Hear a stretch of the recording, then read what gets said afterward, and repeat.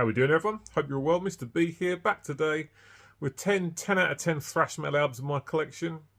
A couple of weeks ago I did glam metal. Next week will be the turn of death metal, but today we're going to be focusing on thrash. First started listening to thrash back in 1988. Before I was listening to thrash, I was listening to bands like Bon Jovi and Def Leppard, AC/DC, Guns N' Roses. So obviously thrash was the next step up the ladder with regards to heaviness.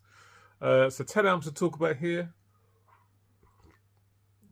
I'm going to be starting in 1985. First had this album on cassette back in the day. Absolutely blew me away when I first heard it.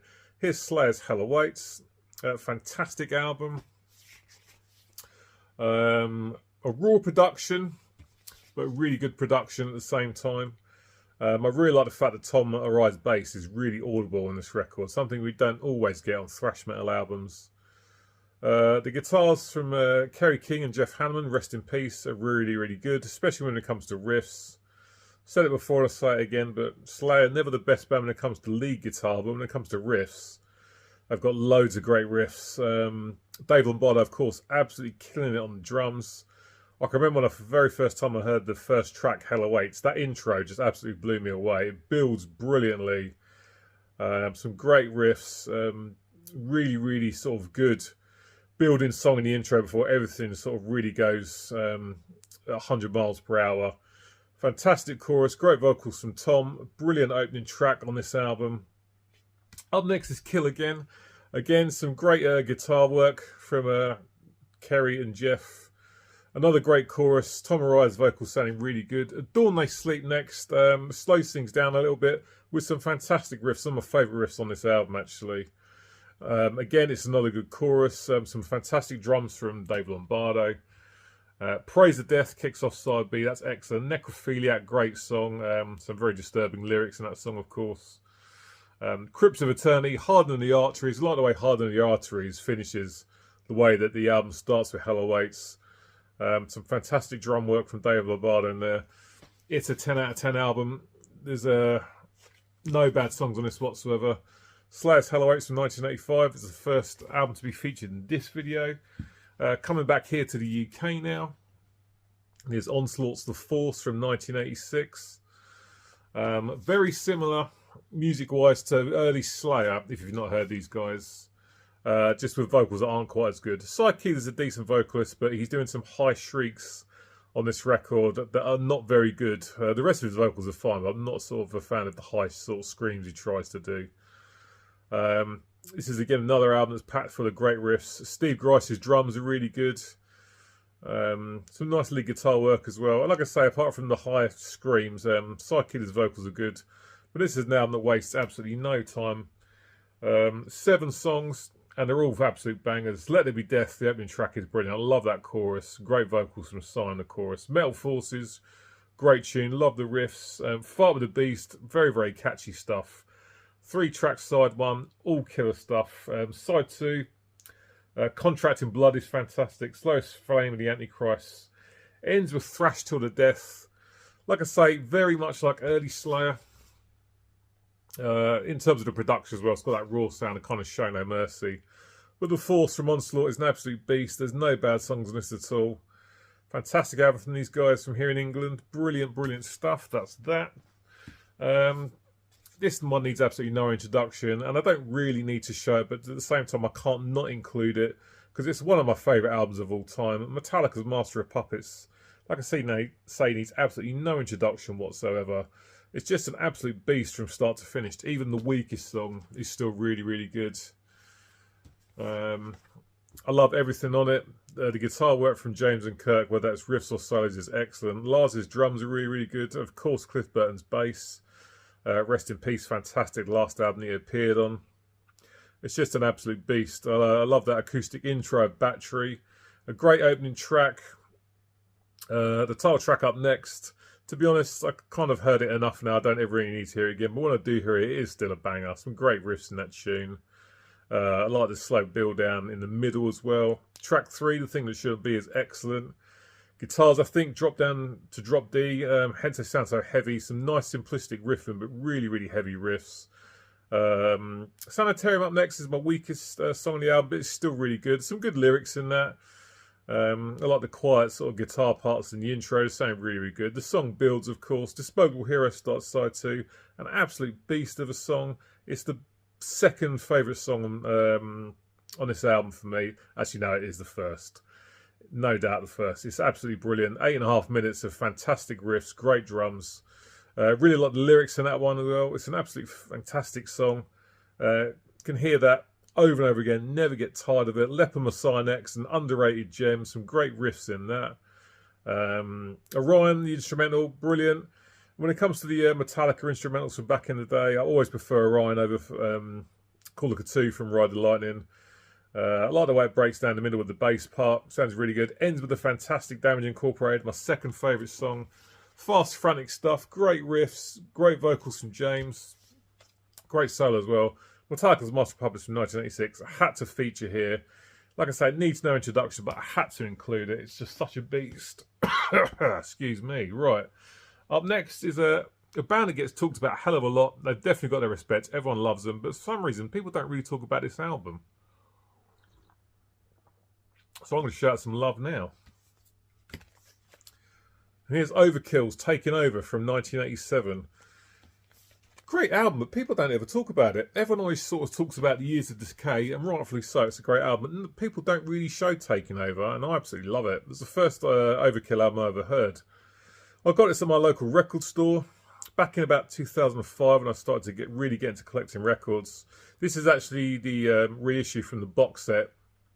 I didn't bother to get my original press of that because I'd have to move a load of records to get to it, so it was easier to grab this one. Great stuff. Bobby Blitz Ellsworth's vocals, totally over the top, and I love them. Really suit the music. Rat Skates on the drums, doing a good job. Dee Dee Vernon on the bass, of course. Bobby Gustafson on the guitars. The guitar work on this record is fantastic. Whether that's riffs or solos. And yeah, people just don't really seem to talk about this album that much, and I absolutely love it. It's brilliant. Denied Across, the opening track. Great chorus, great vocals from Bobby. Wrecking Crew, again, another great chorus. Bobby absolutely killing it on the vocals. Fatal If Swallowed, last track on side A. Great stuff as well. But for me, side 2 is where it's at on this. Power Surge, the first tune, I absolutely love. It's my favourite song on the record. Great riffs. Again, Bobby doing a great job on the vocals. Very, very catchy stuff. In Union We Stand, slows things down. That's an excellent track as well. Electro Violence, just absolutely fantastic. Again, another very catchy chorus. Ends with Overkill 2, The Nightmare Continues. There's just so many catchy choruses on this album. Great guitar work from Bobby Gustafson. Rat Skates drums are fantastic. Of course, Dee Dee Vernon doing a good job on the bass. An excellent album from a band that are absolute legends as far as I'm concerned. But yeah, for some reason, it doesn't get talked about as much as their other releases. But I think Taking Over from Overkill was an absolute 10 out of 10 thrash metal album. Superb stuff. So if you haven't noticed, we're going in chronological order. So we're going up to 1988 now. And we're going all the way over to Germany for Tankard's The Morning After. I could have chose any Tankard album from their early period, to be honest. Well, not just their early period. These guys are very, very strong throughout their entire discography. But The Morning After is an absolute beast. Again, I've got this on original press. Again, I've taken this out of the box set because it was easier to grab. Just a great, great album. Very, very frantic stuff. There's no kind of mid-pace songs on this record. It's all go, all the time. Foot on the accelerator, foot to the floor. Absolutely phenomenal stuff. The drums from Oliver are just great. They're almost bordering on death metal. They're so fast for a thrash metal album. Great guitar work. The vocals from, and I'm never sure I'm pronouncing this correctly, but Gear. That's probably completely wrong. It's probably a German pronunciation, which is far better. Great, and it's just a superb album. Commandments, I love that first proper track. You've got the intro and then Commandments. Again, some great vocal patterns in those verses that are really, really good. Shit-Faced is a fantastic song. A great chorus, easy to sing along to, gets into your head. TV Hero is fantastic. Try Again, side A is amazing stuff. Side B starts with the title track, The Morning After. Again, the drums are absolutely savage in that. Great vocals in the verses and the choruses. Catchy chorus again. Desperation, Help Yourself, Mon Cherry. Fantastic album from Tankard. The Germans definitely had to do their thrash really sort of in a much more savage way than they sort of did over in the States. And it's just a phenomenal album. No bad songs, absolutely perfect. Tankard's The Morning After from 1988 is an absolute beast. Superb album. Going to go back over to the States now. And here's Flotsam and Jetsam's No Place for Disgrace. I've seen a couple of times over the period I've been on the VC on YouTube. A couple of people say that Flotsam and Jetsam for them are a one-album band. And when I listen to this, I think, why? This is absolutely phenomenal. You know, it's not just all about Doomsday for the Deceiver as far as I'm concerned. And this is a fantastic record. A follow-up to Doomsday, brilliant stuff. Eric A.K. on the vocals, absolutely killing it. One of the best thrash metal vocalists out there. The production on this record's really good. Everything sounds nice, great guitar tone. The opening track, No Place for Disgrace, is fantastic. There's an amazing solo in that, really fast and really shreddy. It's absolutely great. A great chorus. It's just really, really good stuff. Dreams of Death, track 2 is excellent. Escape from Within I really like as well. There's a cover here of Elton John's Saturday Night's Alright for Fighting, which I really enjoy. It doesn't spoil the record for me at all. I like what they did with it. Kind of made it their own a little bit. I've actually got Wasp doing a cover now, and I think I actually prefer the Wasp cover, but this cover from Flotsam and Jetsam is still really good. Hard on You, first track on side B, is excellent. I Live, You Die, great chorus, great vocals, great lyrics as well. I really enjoyed the lyrics and the vocals in that. Misguided Fortune's a fantastic tune, great chorus, very catchy, some great guitar solos in that. Excellent album. Like I say, don't just listen to Doomsday for the Deceiver. This follow-up, No Place for Disgrace from 1988, is absolutely phenomenal. Brilliant stuff from Flotsam and Jetsam. Check it out if you've not heard it. Moving on now to 1989, and back to Germany. And there's Kreator's Extreme Aggression, my favourite Kreator album. For me, Kreator don't have any bad albums, and I still love what they're putting out to this day, but their earlier stuff is definitely better. Not quite as melodic as the recent stuff. Very, very savage, though. And it's an album packed with absolutely brilliant songs. The drums from Venter are absolutely phenomenal throughout the entire record. Great guitar riffs, great solos, and Mille Petraeus' vocals are brilliant. I love the raspiness to his vocals. They really add to the intensity of the record. The title track kicks it off. Phenomenal stuff. Great chorus. No Reason to Exist next. Again, great vocals in the chorus and Mille Petraeus. Love Us or Hate Us. Those opening 3 tunes are just absolutely fantastic. Some Pain Will Last kicks off side 2. That's a great tune. Some brilliant solos in that. Betrayer, just an absolutely savage song. Really, really enjoy the chorus.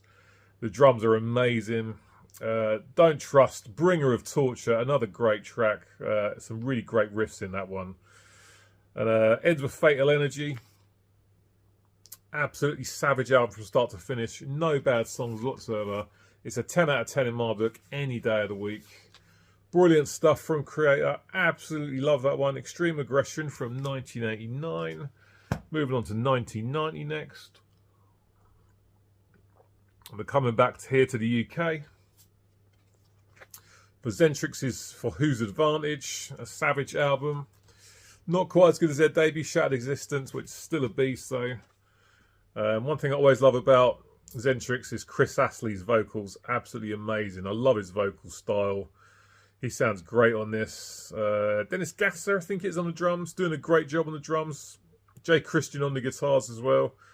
Guitar tone on this record's amazing. The production's really nice, and it's an album that's packed full of great songs. It's an absolute 10 out of 10.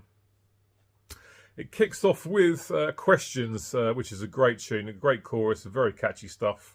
For Whose Advantage, I love the bass intro to that tune. It's really good. The Human Condition, False Ideals.